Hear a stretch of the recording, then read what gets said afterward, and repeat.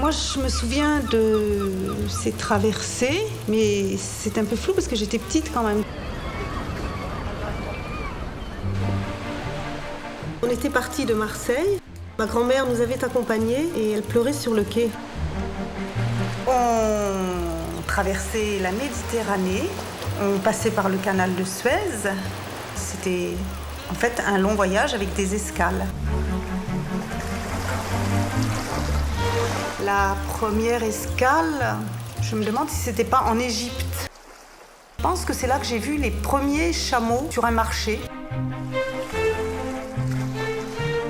À la sortie du canal de Suez, il y avait l'escale à Djibouti.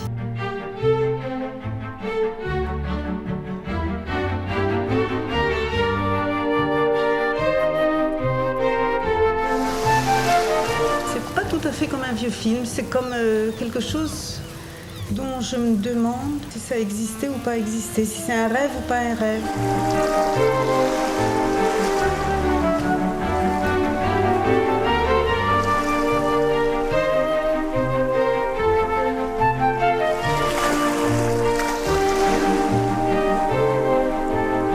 Après, on s'arrêtait à Mombasa, au Kenya. Peut-être qu'il y avait aussi une escale à Dar es Salaam en Tanzanie. On remontait à bord à chaque fois, forcément. Et puis, on finissait par arriver en rade de Diego. Et là, la lumière unique. Et les parfums et les odeurs. On ne pouvait pas se tromper, on était à Madagascar.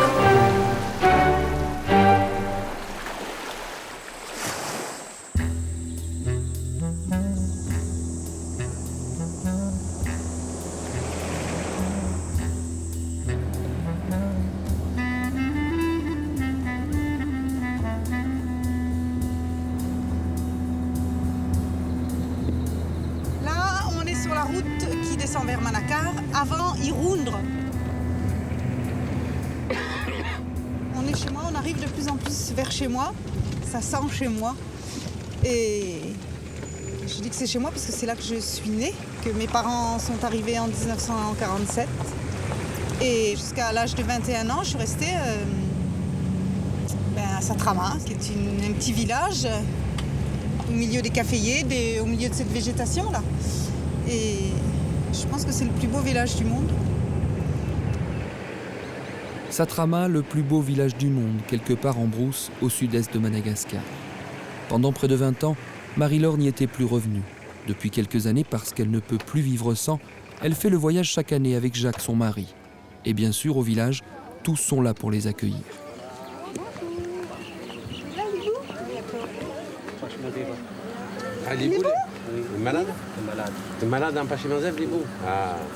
Seul, hélas, manque à l'appel Libou, le deuxième papa de Marie-Laure, celui qui l'avait élevée, elle et ses frères et sœurs. Ça va bien ?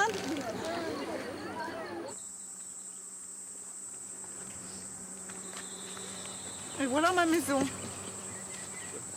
Mais je pensais pas que Libou était malade aussi.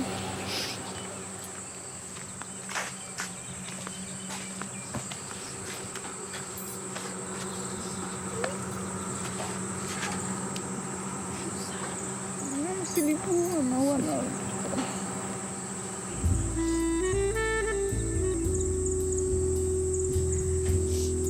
C'est tellement bizarre de voir quand même la maison fermée. Je vois Philomène. Moi, je suis venu ici, je devais avoir 17 ans, la première fois. Je suis descendu de Fianark par le train jusqu'à Sasinac, c'est à une vingtaine de kilomètres. Et de Sasinac jusqu'ici, c'est Colo, le frère de Marie-Laure, qui avait 17 ans aussi, ou 16 ans, qui avait conduit la Land Rover. Moi, j'étais épaté, parce qu'on était en brousse, on pouvait un peu pas tout se permettre, mais disons, au moins ce genre de fantaisie. Donc, si tu veux, c'est un mélange pour moi, parce que c'était à la fois en brousse, alors qu'on vivait à Tana, on était en ville. De Zio, j'étais amoureux. Donc c'était ouais, c'est vrai, c'était des bons moments qu'on passait ensemble ici, quoi. C'est plein plein de souvenirs. Moi, je me revois tout jeune, on faisait les zouaves autour de cette maison, donc chaque fois c'est très, très, très émouvant quoi, que les choses puissent rester comme ça en l'état. Et puis on a un peu le sentiment quand même que ces gens sont un peu abandonnés. Alors pour eux, qu'on vienne, ça leur fait plaisir, quoi. Nous aussi, surtout nous.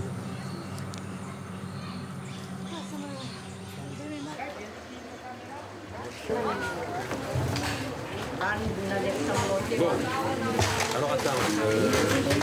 Et vous avez des couvertures? Non. Non. Couverture, non. Et l'huile? L'huile, ça y est, c'est moins cher. Donc, attends, on a le sel, le sucre, le savon, les bougies, les allumettes, l'huile.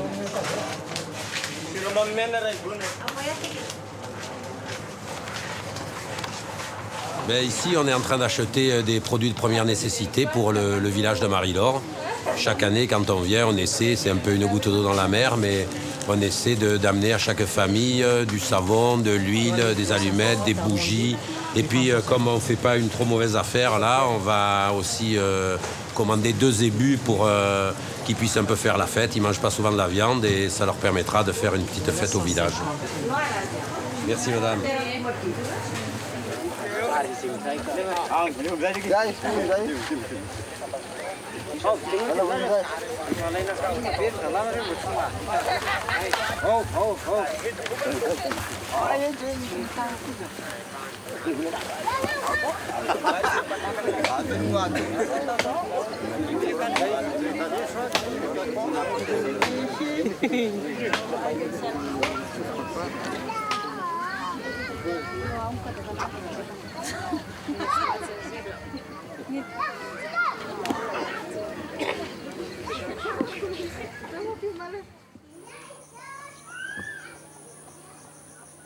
À 12 km de Satrama, à 1 heure de piste, le village d'Ampassimandjev. On y trouve le seul hôpital de la région, un hôpital et un médecin pour des centaines de malades. Marie-Laure et Jacques y vont voir Libou. Le vieil homme est très faible et alité depuis une quinzaine de jours.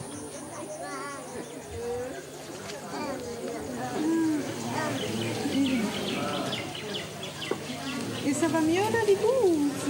Ça va un peu mieux?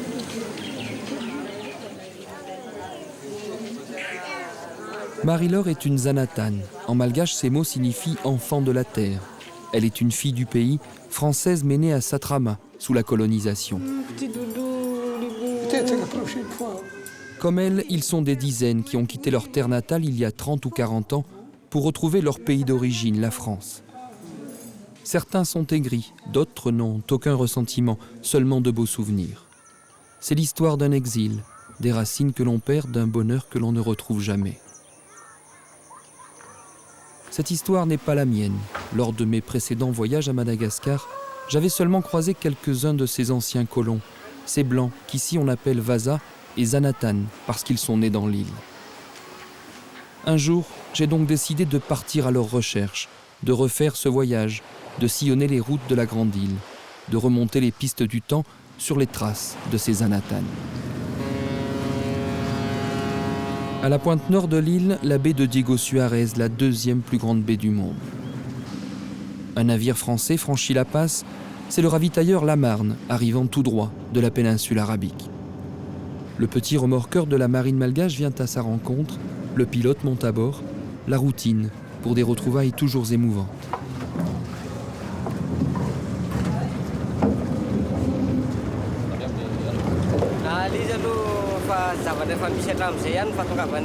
Nous sommes contents lorsqu'un navire français vient à Diego. Nos 2 pays sont restés amis depuis toujours et nos 2 marines ont toujours collaboré. Ce bateau est basé à La Réunion, ce n'est pas loin, et de temps en temps, il vient ici pour nous entraîner et nous aider.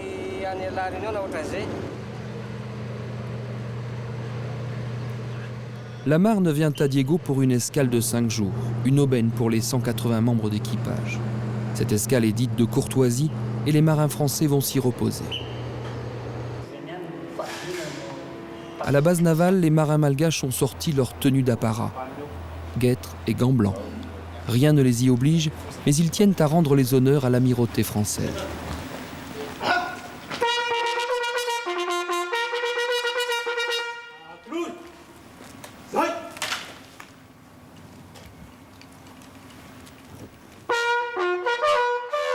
La marine malgache, c'est aujourd'hui une centaine de marins, dont une trentaine d'officiers, quelques remorqueurs et vedettes garde-côtes sur des quais bien trop grands.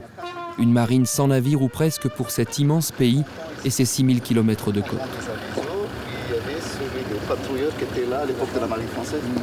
Et là, c'était parti aussi.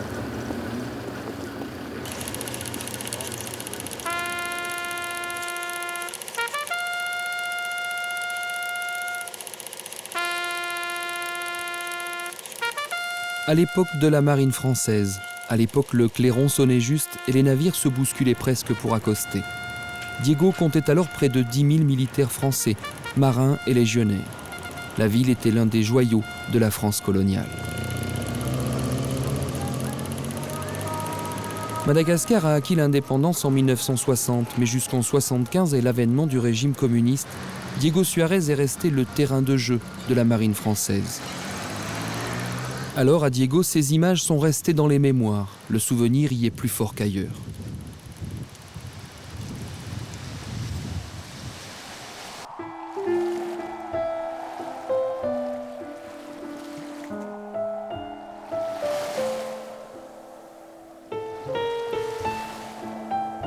La ville a notamment conservé à ses rues leur nom français. Depuis quelques années, elle est en outre jumelée avec le département du Finistère. Malgaches et Français espèrent même un jour restaurer les ruines coloniales qui hantent la cité. Sur la place du même nom, la statue de Joffre, le fondateur de la ville, vient tout juste d'être nettoyée.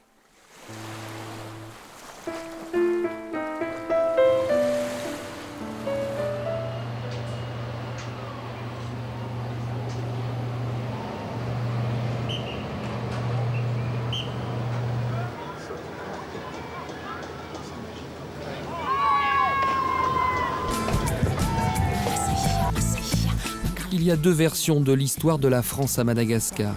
Celle des manuels scolaires s'écrit avec un grand H. Elle raconte la présence française, l'indépendance, la décolonisation ratée et le départ des grands colons. Et puis, il y a l'histoire des gens, de ces petits colons venus de la métropole ou de la Réunion pour tenter l'aventure dans la grande île malgache. Presque tous sont arrivés ici les mains vides, presque tous sont morts ici ou ont fini par repartir. Mais surprise, certains sont encore là. La France, en effet, n'a pas laissé ici que des souvenirs et des casernes en ruine. Elle y a égaré aussi quelques-uns de ses enfants. C'est à gauche, au PK12, nous dit-on, à mi-chemin entre Diego et Joffreville. C'est là qu'elle habite. Elle, c'est Denise Barré. Tous en ville la connaissent, une forte femme et une forte tête. Maintenant, tout est malgachisé, c'est tout à fait normal puisque depuis l'indépendance. Mais moi, je ne vois pas de différence entre le temps où il y avait les Français et actuellement. Pour moi, c'est toujours pareil. Je ne me sens pas dépaysée du tout, moi. Moi, je suis chez moi ici.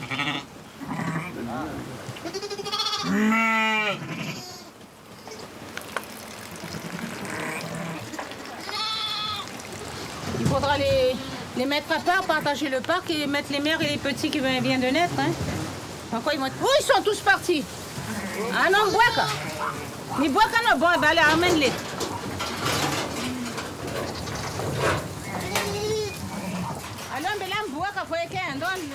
Tour à tour, infirmière, cultivatrice, chauffeur de bus, monitrice d'auto-école, Denise a bourlingué dans tout le pays. À la mort de ses parents et malgré le départ des Français, elle est revenue pour s'occuper seule de la propriété familiale. Ça veut dire respecter la propreté. Les fruits qui sont sur la propriété, a été planté par mes parents. Ça a été planté par la main de quelqu'un. Donc, ce n'est pas timaniriage, ça veut dire que ça ne pousse pas tout seul. Donc, vous allez respecter la propreté et dans les bois qui sont là, les fruits qui sont là, vous les mangez, mais vous demandez d'abord au propriétaire. Mais vous ne vous en servez pas, vous ne vous servez pas sans l'autorisation du propriétaire. Voilà ce que ça veut dire. Tandem, attention. Attention à quoi? Ben, attention, parce que si on vous prend vous risquez de payer cher. Attention à Denise. Oui, attention à Denise, tiens. C'est moi le propriétaire, alors faites gaffe. On avait d'abord dans le temps des arbres fruitiers, mais actuellement il n'y en a plus, étant donné que nous avons eu un gros... le cyclone Kamish en 84, qui est passé là. L'œil du cyclone est passé dans ce passage-là. Il a tout arraché, il y avait des cocotiers, il y avait pas mal d'arbres qui étaient plantés, les manguiers et tout ça, tout est parti. J'étais dégoûtée, je voulais partir. Et puis, quelques temps après, je me suis remise au travail.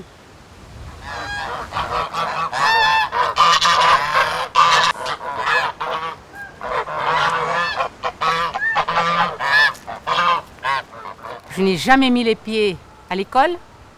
Je ne sais pas ce que c'est qu'un banc d'école. Et ensuite, j'ai appris, j'ai voulu apprendre, j'ai pris des livres, j'ai pris des... je sais que mon père et ma mère, je ne mangeais pas si je n'avais pas su ma table de multiplication. Et ensuite, on me faisait faire des additions, on me faisait faire des multiplications, des soustractions, etc. et des dictées. Voilà comment que j'ai appris à l'école. Mais je ne suis jamais allée à l'école. Jamais. Et il a fallu que je mène ma vie seule.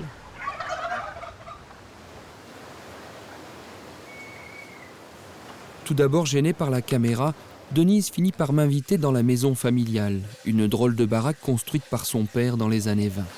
Natif de La Réunion, M. Barré était un tout petit colon, un créole venu tenter l'aventure dans la grande île malgache. Dans son antre, Denise n'est pas tout à fait seule. Pauline est sa cuisinière, sa bonne, mais surtout son amie.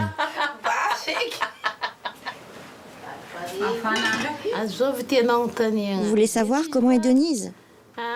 Elle crie souvent, vous savez, mais en fait, elle est très généreuse. Je l'aime beaucoup. Lorsque je suis malade, elle s'occupe très bien de moi. Et lorsque j'ai des problèmes, elle est toujours là pour m'aider. Voilà, c'est tout.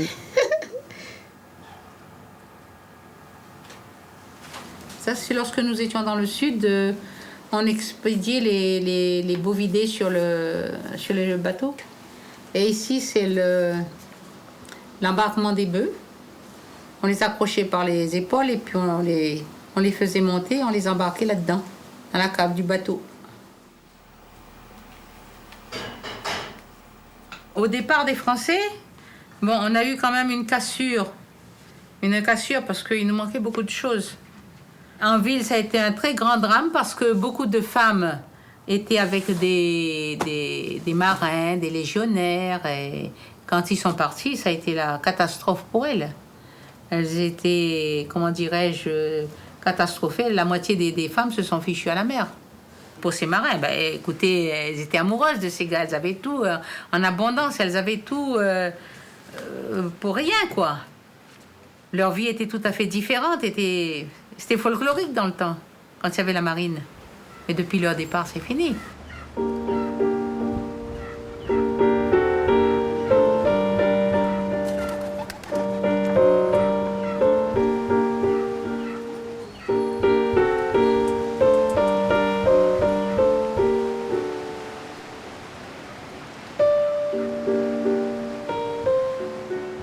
La France nous a oubliés.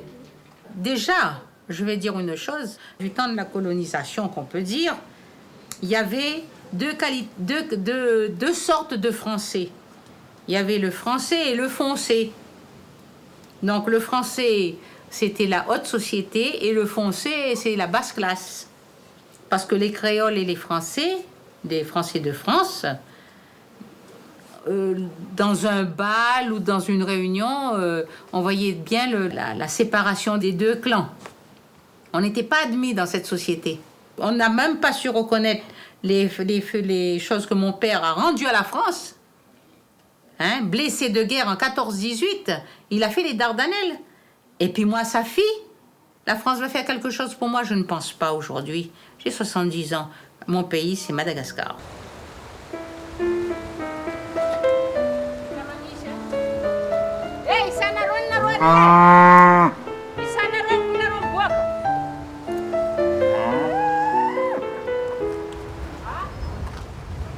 Félix, Quand la chaleur est trop forte, Denise monte parfois sur les toits prendre l'air. De sa vigie, elle peut, dit-elle, surveiller ses bêtes et ses employés. Elle peut aussi apercevoir la mer.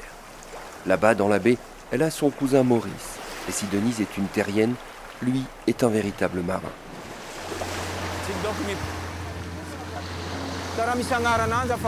Olivier Maurice dit Fanfan, un personnage connu de tous à Diego, français de sang, malgache de cœur. Mademoiselle Brem, ça va? Y'a pas le mal de mer? Lui, je le connaissais déjà, je l'avais déjà filmé. Moi j'étais marin, mais je l'ai eu. Il y a 5 ans, lorsque j'avais tourné ces images, Fanfan m'avait emmené dans la baie. Il m'avait alors régalé de ses histoires et de ses chansons.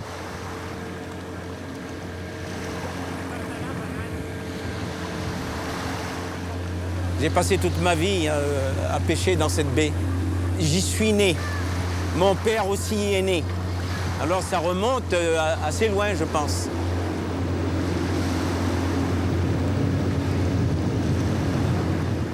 À partir de janvier, on a le vent qui vient de l'ouest. Alors c'est calme partout. Alors là, on peut sortir en dehors. Et là, on fait beaucoup de poissons. Mais en période de mousson, on est obligé de faire des passagers. La navette, quoi. Alors on les amène par bateau. Et on gagne notre vie comme ça.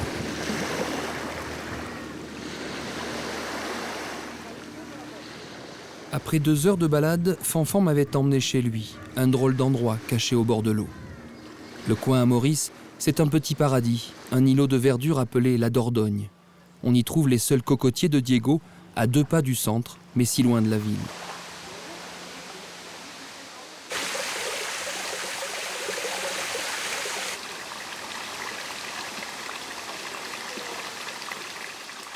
Oh, qu'elle est belle, ma Bretagne, sous son ciel gris. Faut la voir, elle est plus belle que Venise. Il mire son front dans les eaux. Il est gueulard comme le maître, le chien, il est gueulard comme le maître. En cuisine, Madame Olivier.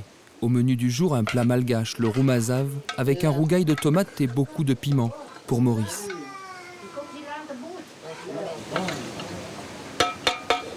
Merci à cette sel. Ben, là, on est à la Dordogne. À la Dordogne, pourquoi? Parce que c'était le nom d'un bateau qui a coulé en 1912. Alors, il s'appelait la Dordogne et puis le village a pris ce nom. Alors donc, au temps de mon père, cette maison n'était pas en dur comme ça. Elle était faite avec des tôles de bidon. Mais alors, très vétuste. Ah, hein, oui. C'était fait avec des morceaux de bois, des morceaux de tôle et tout ça. Ben, on a vécu quand même, là. Non, pas de télévision, pas de voiture, pas de machine à laver, pas de chauffe-eau, il n'y a rien. Le chauffe-eau, je rouspète un peu parce que quand c'est la saison froide, ici, il y a du vent. Et moi qui étais malade, alors il faut que je chauffe l'eau pour aller me laver, ça m'embête, ça m'énerve. Allez, laver 72, 73, hein, quand mon père, il est mort en 77.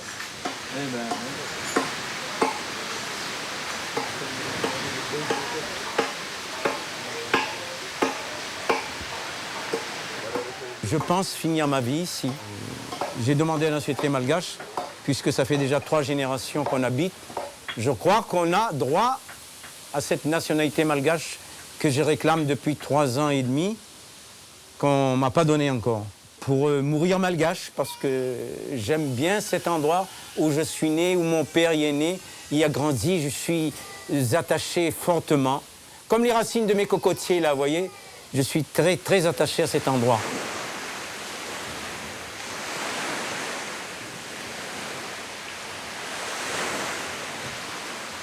La dit mon femme elle est vilain, la passion jolie moi la rodée, son coup de ciseau l'américain, taille mon paletot que l'officier. La dit mon femme elle est vilain, la passion jolie moi la rodée, son coup de ciseau l'américain, taille mon paletot que l'officier.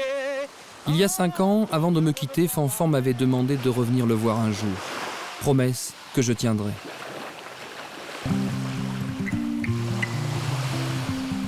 Entre-temps, il me fallait revoir ce pays, m'enfoncer dans les forêts de l'Est, visiter ses plus petits villages et prendre au sud des routes aujourd'hui abandonnées. L'histoire des Anatan est enfouie sous les marques du temps, Le vent, la pluie et les hommes en effacent chaque jour un peu plus les traces.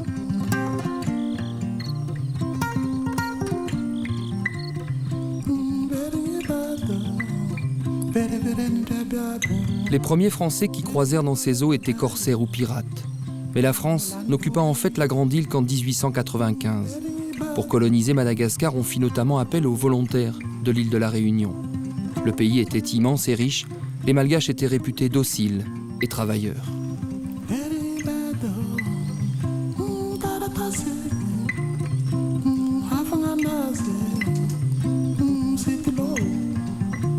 Fin du rêve colonial le 26 juin 60. L'île acquiert l'indépendance. À Madagascar, le temps béni des colonies n'aura duré que 65 ans. Depuis l'indépendance, la plupart des grandes familles ont quitté l'île, mais d'autres sont restées, ne sachant où aller ou ne pouvant même pas se payer le voyage vers la France.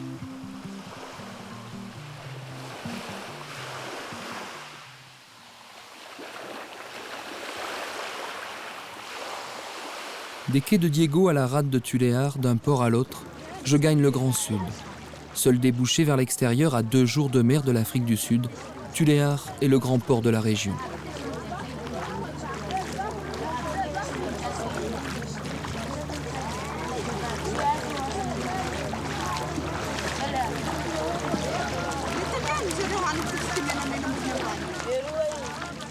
Du temps des Français, 200 à 300 colons vivaient ici. Aujourd'hui, seule une poignée d'entre eux sont encore là.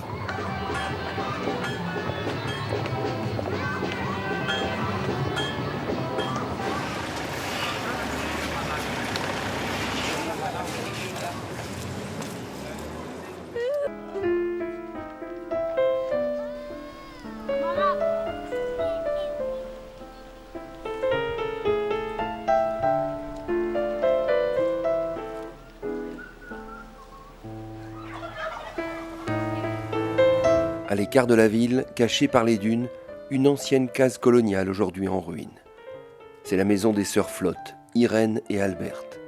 2 sœurs célibataires, 2 vieilles filles âgées de 78 et 80 ans.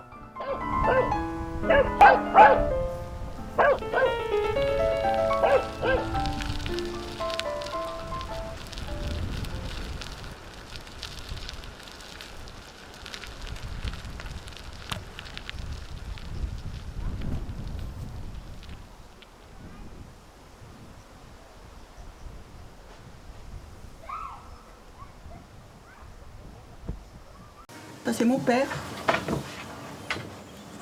Voilà mon père. Ici, mon père avec un petit chien. Mon père plus jeune, moi bébé, voyez-vous, à 10 mois peut-être, 8 mois. Mon frère Robert qui est décédé, Raymond qui est décédé, Bert qui est décédé. Marthe qui est à l'Armor Baden. Moi, Armand, bébé et Irène. Originaire de Bordeaux, Albert Flotte, le père, s'était installé à Madagascar en 1917, après un court séjour à Cuba. Petit colon sans fortune, il s'installa comme commerçant à Tuléar.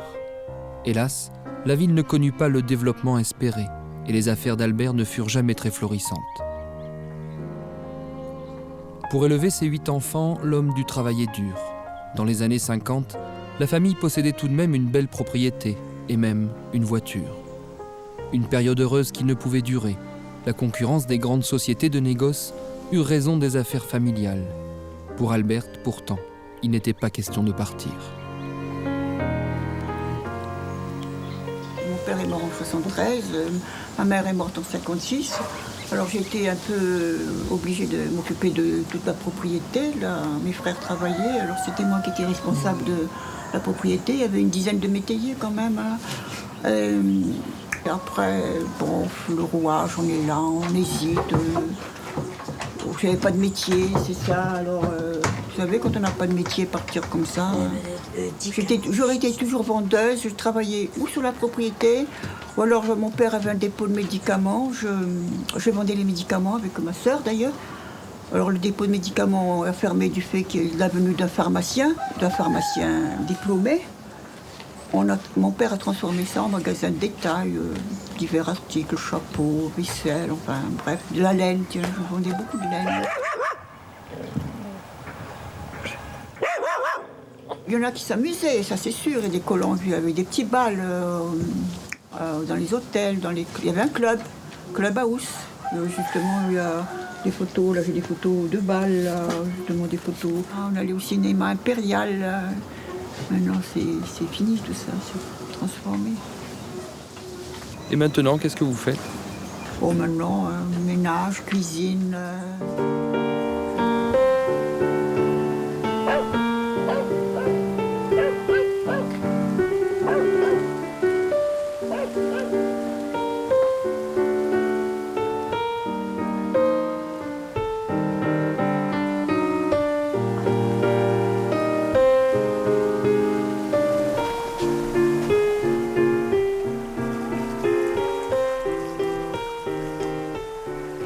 Dans les années 60, 2 autres sœurs avaient quitté le pays pour ne jamais y revenir. 30 ans s'écouleront avant qu'Irène et Alberte ne les revoient. Sur la pellicule restent les derniers moments d'insouciance d'une famille réunie. Dans ces années-là, tous les samedis, frères et sœurs allaient à la plage. Et vous aimiez ça?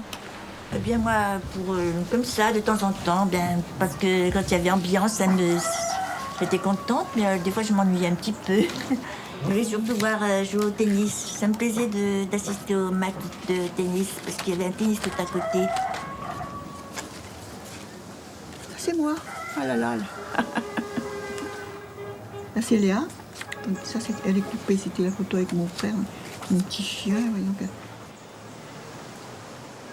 Là, c'était plutôt un bled dans l'époque, vous savez, où il y avait des fonctionnaires, des colons, des médecins, enfin, tout ce qui était en fonction à Culéar. Je n'ai jamais rencontré quelqu'un qui m'aurait donné envie de fonder une famille, de vivre. Vraiment pas, alors c'est peut-être parce que manque de, comment dirais-je, de choix. Mais après, non, je ne m'en plains pas, je me trouve très bien comme je suis. J'ai pas de regrets. Et vous, Irène? Moi, je n'ai jamais été réfractaire au mariage, mais voilà, je sais pas, j'ai vu bien des petits...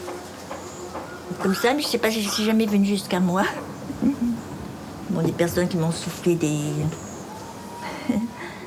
messages, mais je sais pas, ils sont jamais venus jusqu'à moi, alors je sais pas. Je suis restée comme ça. Ma première visite en France, c'était l'année dernière.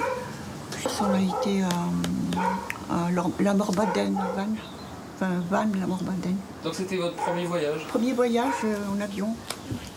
Je ne sais pas comment mon père a pu quitter un pays comme ça pour venir ici. Mais vraiment, c'est magnifique comme pays. Vous savez, je suis dégoûtée. Je suis là, surtout depuis que j'ai vu la France, je me dis, mais qu'est-ce que je suis venue? Pourquoi je suis restée ici? J'aurais dû partir, c'est vrai.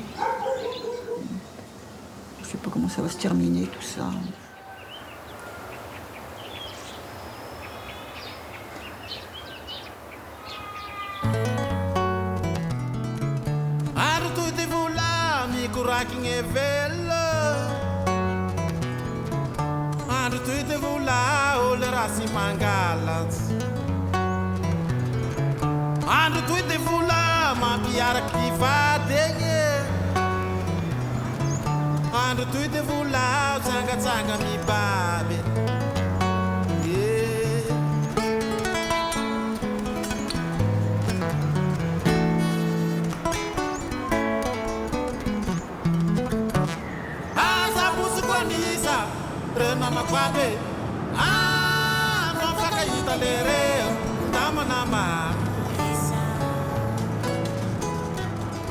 Départ vers le nord. D'autres Anatanes, me dit-on, sont encore installés tout au long de la route qui conduit vers la capitale, Tananarive, à 900 km. Cette route, les colons l'ont baptisée National 7 et le nom est resté. Et c'est tout près de là, en pleine brousse, que je rencontre Roger Berny.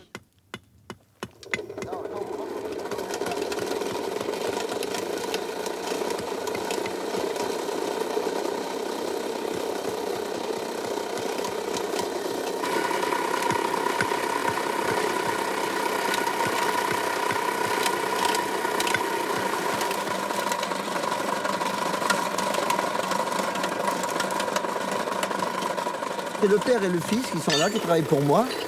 Ce sont des carriers, ils taillent le granit. Et aujourd'hui, c'est le jour où on forge tous les outils, parce que le granit est très dur et les outils ne résistent pas longtemps. Tout ça, c'est de la récupération. Très souvent, ce sont des barres de torsion de R16. Paraît-il que la barre de torsion R16 est meilleure que la barre de torsion 4L. Moi, j'en sais rien. Eux disent ça. Donc, on récupère les barres de torsion R16 et on forge les outils, on fait des burins, on fait des points et tout pour pouvoir tailler la pierre avec ça. Quand on construit en brique à Madagascar, ce n'est pas écologique parce que pour cuire la brique, il faut détruire les forêts. Donc, d'abord, la brique, j'aime bien, mais je préfère la pierre de taille comme en Bretagne. Ma mère étant bretonne, il y a un sentiment pour le granit.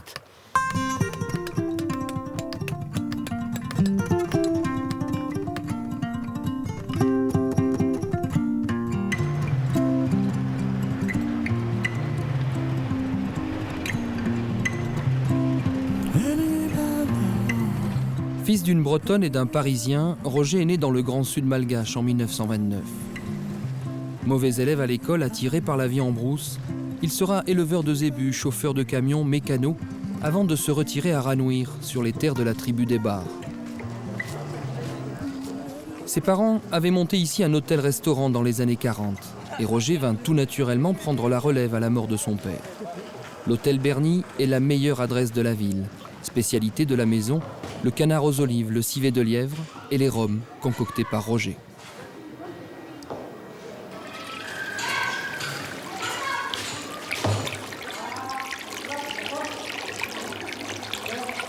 Ben, quand on est broussard, il faut vraiment savoir tout faire, sinon on n'est pas broussard. On ne reste pas broussard longtemps. Amener quelqu'un de la ville dans une forêt ici, il va mourir de faim, mourir de soif. Alors que nous, on va dans une forêt, on sait qu'il y a des chouches, qu'il y a des patates avec les lianes qu'on reconnaît. On va manger, on va boire. Avec le chouche, c'est de l'eau. Et ça, il faut être de la forêt, de l'intérieur et non pas de la ville. C'est un peu le rat des villes et le rat des champs. Mes parents sont arrivés à Tamatave en fin 1923-1924, en plein cyclone. Mon père, il avait acheté une voiture et il avait amené à Fort-Dauphin. Mais comme il n'y avait pas de route, la route s'arrêtait, je crois, à Ancaramène, à un grand pont, là. Puis après, il n'y avait plus de route. Alors la voiture c'était des voitures à magnéto en ce temps-là. Dès que c'est mouillé, c'est fini. Donc, elle ne marchait plus. Et ils l'ont remorquée jusqu'à Fort-Dauphin. Ils ont mis 2 mois. Et c'était toute une épopée, parce que ma mère était arrivée ici avec des brosses à meubles, de l'encaustique, des renards et tout. Elle s'est retrouvée à faire de la cuisine avec de la paille, des bouts de bois, sans maison, sans rien. Mais ils sont quand même adaptés. Roger a récemment entrepris l'agrandissement de son hôtel. À 75 ans, il a des projets et donne encore le coup de main à ses employés. À chaque fois, c'est 5 litres. Oui. OK. Essence, hein? Essence. Ouais. Ah bon, allez. C'est 1 litre, OK. Ah. C'est dans la sorte d'artiste de charme, ma frère. 100. 150. 150. Mais au 1000 francs, quoi, la bétière. Mais au Ronzat Malak et au Lurtia, il y a les cornes de zébu et ce totem du sud où je suis né, c'est un peu ma vie déjà. Mais les cornes de zébu, c'est sûr, parce que quand même, quand on a élevé des bœufs pendant... mes parents ont commencé, j'avais 14 ans. J'allais même de Mans à Tiromandide à pied, 800 km, pour vendre nos bœufs. Je suis vraiment un cow-boy. Alors le reste, ça, c'est les enjoliveurs de ma première 403, quand j'ai été en France pour la première fois. J'ai acheté une 403 Peugeot, puis bon, elle a pourri, et il restait 2 enjoliveurs, je les ai pris pour décorer, je trouve que... La ville a notamment conservé à ses rues leur nom français. Depuis quelques années, elle est en outre jumelée avec le département du Finistère. Malgaches et Français espèrent même un jour restaurer les ruines coloniales qui hantent la cité. Sur la place du même nom, la statue de Joffre, le fondateur de la ville, vient tout juste d'être nettoyée. À 200 km plus au nord, c'est la petite bourgade de Youch. À 200 km plus au nord, c'est la petite bourgade de Youch. La ville ne compte plus aucun Français à Natal. Le dernier est mort en janvier 2004 à 93 ans. Eugène Michel était un ancien soldat plusieurs fois décoré. Né en Provence, mais considéré comme un enfant de la terre malgache, il avait fait le vœu d'être enterré ici, non pas au cimetière, mais sur l'un de ses terrains, à l'écart de tout.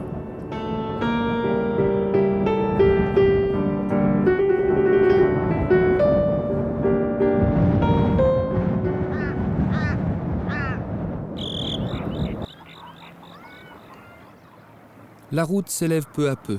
Nous gagnons les hautes terres au centre du pays. À Ambalavao, c'est le coin des vignobles, c'est le coin de Jeannot Verger.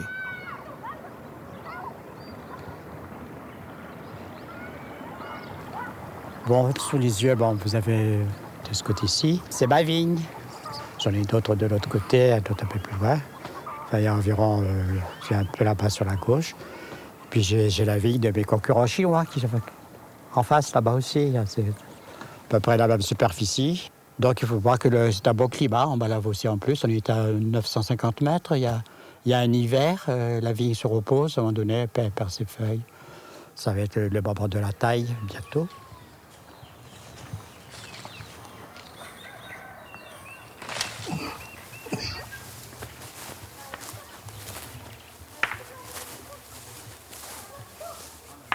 Aux premières heures de la colonisation, il fallait bien que les prêtres disposent de vin de messe pour l'office. Ce sont donc les jésuites qui ont amené ici la vigne. Par la suite, une dizaine de familles de colons se sont lancées dans l'aventure. La plupart des exploitations sont maintenant passées aux mains des Chinois.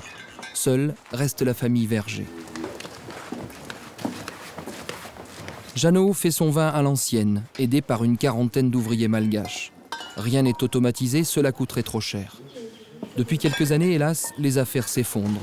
La crise économique qui touche le pays, mais aussi la concurrence des vins sud-africains, font des misères à la famille Verger.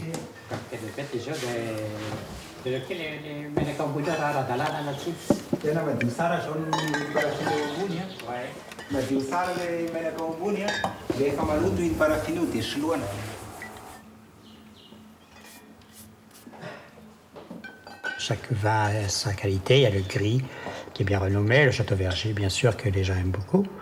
Puis le blanc qui est bien apprécié par nos missionnaires qui viennent se ravitailler chez moi. C'est ça, j'ai toute cette clientèle du nord au sud qui apprécie. De temps en temps, ils prennent autre chose de mes vins parce qu'ils boivent quand même pas toujours que du blanc de messe.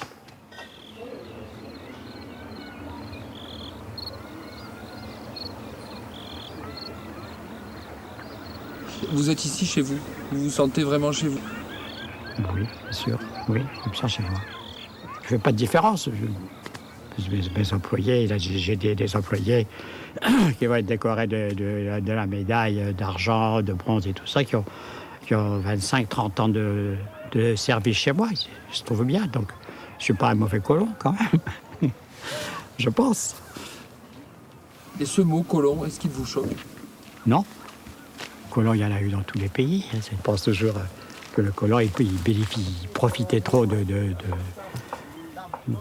la main-d'œuvre qui était là sur place et qui faisait souffrir. Ça, c'est pas vrai.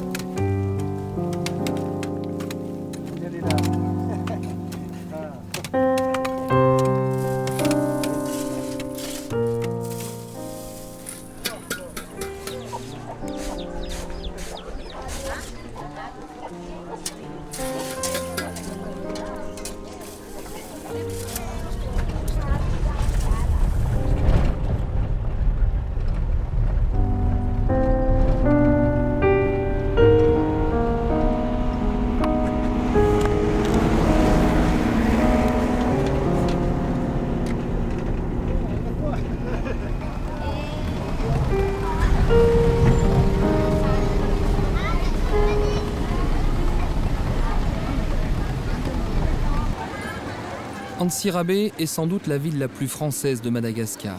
Cette station thermale très réputée du temps des colons attire encore quelques curistes et produit une eau gazeuse, appelée tout simplement le Vichy malgache. Symbole de la grande époque de la colonie, Antsirabe accueille encore de nombreux Français, commerçants, coopérants ou retraités. La France y entretient toujours une maison de retraite. Immense bâtisse construite dans les années 30, elle est réservée aux personnes âgées de nationalité française. Ici, vivent ceux qui n'ont pas pu ou n'ont pas su partir.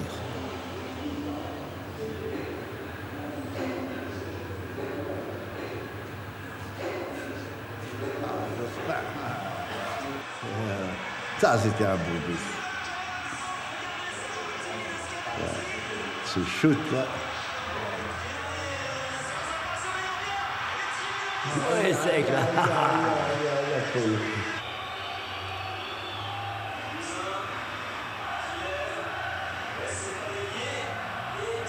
Avant, nous avions une salle de jeu et nous étions nombreux. Alors, on pouvait jouer aux cartes, aux tables, aux petits chevaux et tout. Maintenant, il reste que la télé comme distraction. L'effectif est tombé, nous étions presque 200 ici, et maintenant nous ne sommes que 15. Alors, imaginez que la rentabilité de la maison, c'est plus la même, quoi. D'abord à 2 heures, nous avons l'antenne 2. On regarde 2 heures, 14 heures, l'antenne 2. Donc c'est les nouvelles de France, ça. Nouvelles de France. Et c'est important. Nous, les Français, ça c'est important parce qu'on a les nouvelles fraîches. C'est direct, hein. Mais la France, vous connaissez ou la France, vous connaissez? Jamais été. Jamais quitté l'île. J'ai 76 ans, j'ai jamais quitté l'île. Même pas 1 mètre. Donc c'est dans le pays.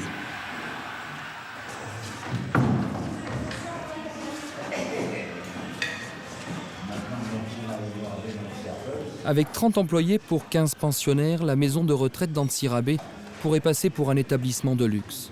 La nourriture est bonne, le personnel compétent et agréable. Le consulat de France se plaint toutefois des coûts d'entretien et envisage de la fermer un jour.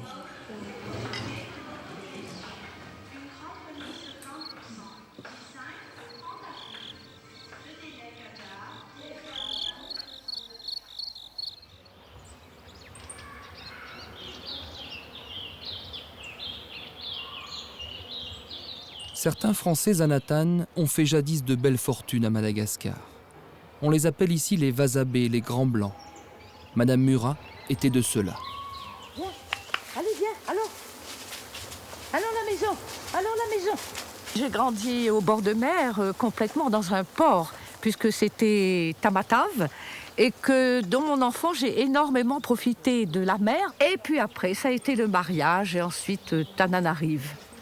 Alors là, au début, j'ai été malheureuse. La mer me manquait terriblement. Issue de familles nobles ayant fait souche dans l'océan Indien, Madame Murat a dû vendre la plupart de ses affaires. Aujourd'hui, elle ne possède plus qu'1 millier d'hectares et 2 propriétés dans l'île. Fleuron des affaires familiales, la briqueterie d'Ambatoulambe.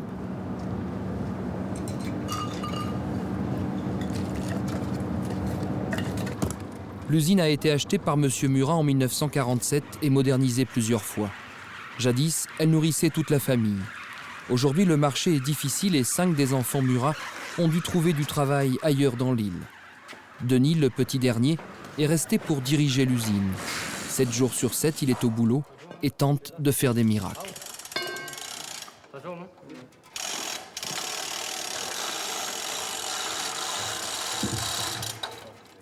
On est resté sur cette terre qui est importante pour nous parce que c'est notre passé, c'est notre revenu et on aimerait bien aussi que ce soit notre tombe.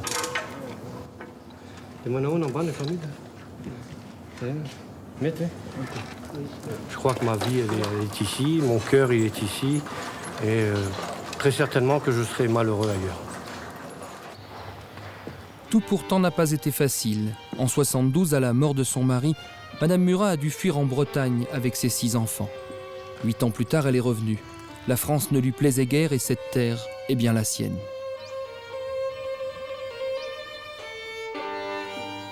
j'avais mes ancêtres qui faisaient partie de la garde du roi. Et puis après, bon, il a été plus ou moins condamné à l'exil et il avait un frère qui s'était retiré à l'île Maurice.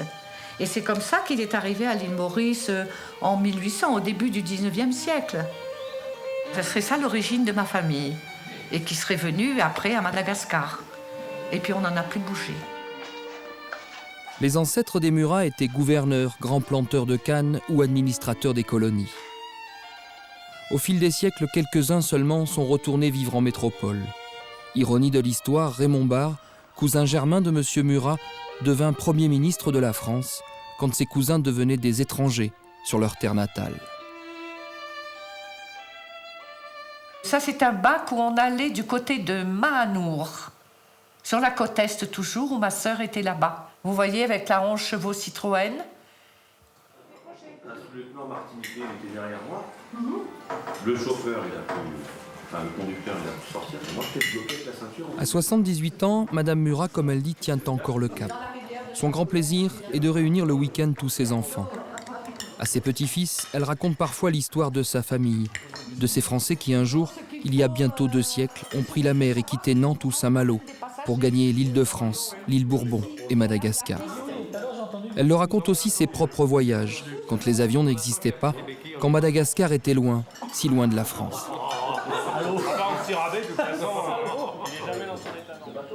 Moi, j'aimais bien les voyages par bateau. Mon premier voyage par bateau, c'était en 1947, sur un cargo américain qui prenait quelques passagers. Donc, Diego, on a fait Diego, Majunga. Ensuite, Djibouti, Port Saïd, le Caire. Le Caire, Port Saïd, je ne me rappelle plus, c'est loin. Et puis après, Marseille.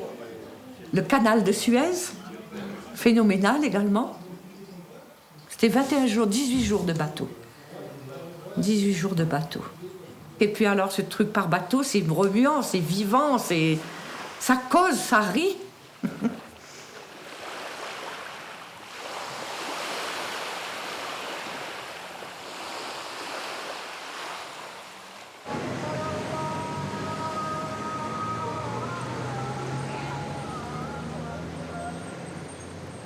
Mon voyage se termine. Il est temps de retourner à Diego Suarez. 5 années sont passées. Comme promis, je retourne à la Dordogne. Je retourne voir Fanfan. C'est la belle saison, le vent d'est a cessé et les pêcheurs peuvent sortir dans la baie. Maurice Olivier est bien là, mais n'a plus pris la mer depuis des mois. Vieux et fatigué, le marin, cette fois, est resté à quai. Je t'admire. Tu as l'amour de ton travail. Et moi, j'ai même plus l'amour de ma pêche, tu vois. J'ai tellement pêché que le bon Dieu ne veut plus de moi. Allez, allons. Surtout à mon âge, 80 ans. Hey, on a 54 ans de mariage, il y en a marre. Capri, c'est fini, on n'y va plus aux îles de... Non, Diego, c'est fini. Maurice, il va mal. De plus en plus mal. Enfin, il essaye de tenir. Mais je demande jusqu'à où. Il tient. Parce qu'il est marin. Tiens l'écoute, tiens la barre. Il tient encore. La gueule plutôt, la gueule. J'ai de la gueule plutôt. Mais en forme, non. Non, quand tu partiras, tu verras, il va gagner une crise de palu, je ne sais pas. Parce que ça vient vite, je me fatigue et puis ça y est. Après 80 ans passés dans l'île, Fanfan n'a toujours pas obtenu la nationalité malgache. Il n'a aujourd'hui qu'une peur, partir en France pour se faire soigner et y rester. Cette terre n'est peut-être finalement pas vraiment la sienne, mais il tient à y mourir.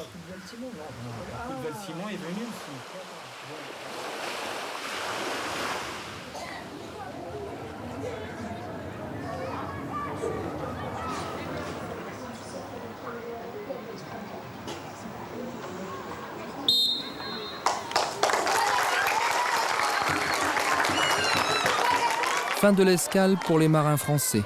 À quelques heures du départ, l'équipage de la Marne rencontre l'équipe de rugby locale sur le vieux stade municipal. À Diego, c'est une coutume et une distraction très appréciée.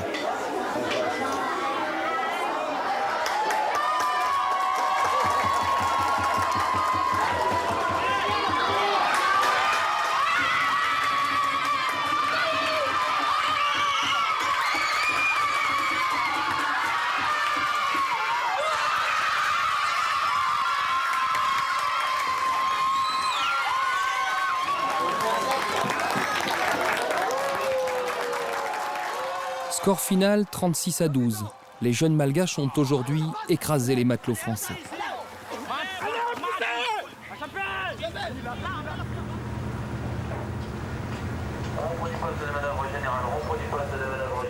Pour moi aussi, il est temps de partir, de laisser derrière moi Fanfan, Roger, Denise ou les sœurs Flotte. Il est temps de refermer ce livre. La colonisation était un mauvais rêve, beau mais cruel. Dans la grande île, elle a peut-être même fait plus de victimes que de coupables, dans les deux camps. Madagascar est aujourd'hui l'un des pays les plus pauvres du monde. Mais les enfants de ce pays, français ou malgaches, continuent de rêver. Ensemble, ils veulent croire que son avenir sera aussi beau que son passé.